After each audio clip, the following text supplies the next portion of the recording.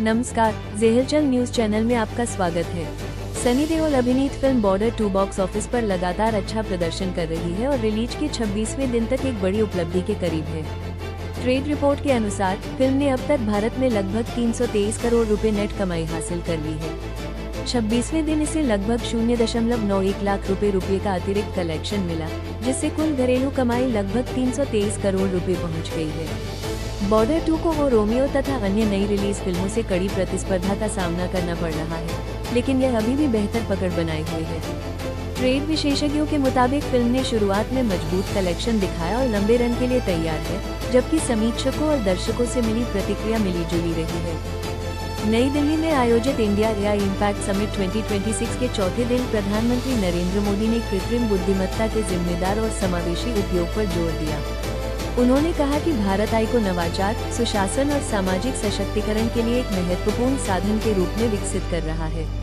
Summit में वैश्विक तकनीकी कंपनियों और नीति निर्माताओं ने निवेश, डेटा सुरक्षा और डिजिटल अवसंरचना को लेकर महत्वपूर्ण घोषणाएं की। कार्यक्रम के दौरान AI जिम्मेदारी अभियान के तहत बड़ी संख्या में छात्रों ने शपथ लेकर जागरूकता का संदेश दिया।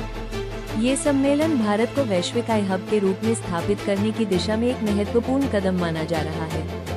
संयुक्त राज्य अमेरिका के व्हाइट हाउस में यह विचार किया जा रहा है कि लंदन में कुरान जलाने वाले एक व्यक्ति को शरणार्थी के रूप में स्वीकार किया जाए। यह मामला हैमिट कॉस्कर नामक व्यक्ति से जुड़ा है, जिसने फरवरी 2025 में ब्रिटेन में तुर्की के कॉन्सुलेट के बाहर कुरान जलाई थी। उसकी शुरू में धार्मिक भेदभाव से जुड़ी सार्वजनिक व्यवस्था अपराध की सजा को बाद में अदालत ने अभिव्यक्ति की स्वतंत्रता के दायरे में मुक्त कर दिया था। अब ब्रिटेन की क्राउन प्रोसिक्यूशन सर्विस उस फैसले को उच्च न्यायालय में चुनौती दे रही है, और यदि वो अपील उसके विरुद्ध जाती है तो अमेरिकी प्रशासन उसे शरण देने की योजना बना रहा है। इस निर्णय ने अभिव्यक्ति की आज़ादी और धार्मिक सम्मान के बीच संतुलन की वैश्विक बहस को और तेज किया है।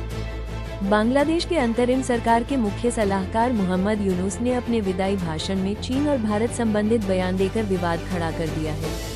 उन्होंने भारत का नाम सीधे नहीं लेते हुए 7 सिस्टर्स यानी भारत के पूर्वोत्तर क्षेत्र का जिक्र किया, जिससे कूटनीतिक तनाव की आशंका बढ़ी है। यूनुस ने बांग्लादेश की विदेश नीति को स्वाभिमान और संप्रभुता के साथ आगे बढ़ाने की बात कही और देश को क्षेत्रीय संपर्क का केंद्र बताया। उनके इन अप्रत्यक्ष टिप्पणियों को कुछ विशेषज्ञ भारत बांग्लादेश संबंधों में संभावित चुनौती के रूप में भी देख रहे हैं। इस बीच बांग्लादेश में नई सरकार के गठन के बीच राजनीतिक प्रतिक्रिया और विश्लेषण भी तेज हुआ है।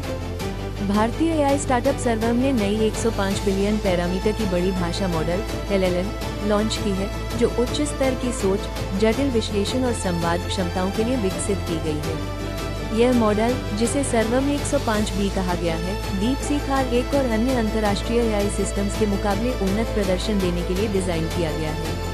सर्वम ने इस मॉडल के साथ व्यावसायिक और शोध आधारित उपयोग के लिए कई टूल्स और सिस्टम भी पेश किए हैं।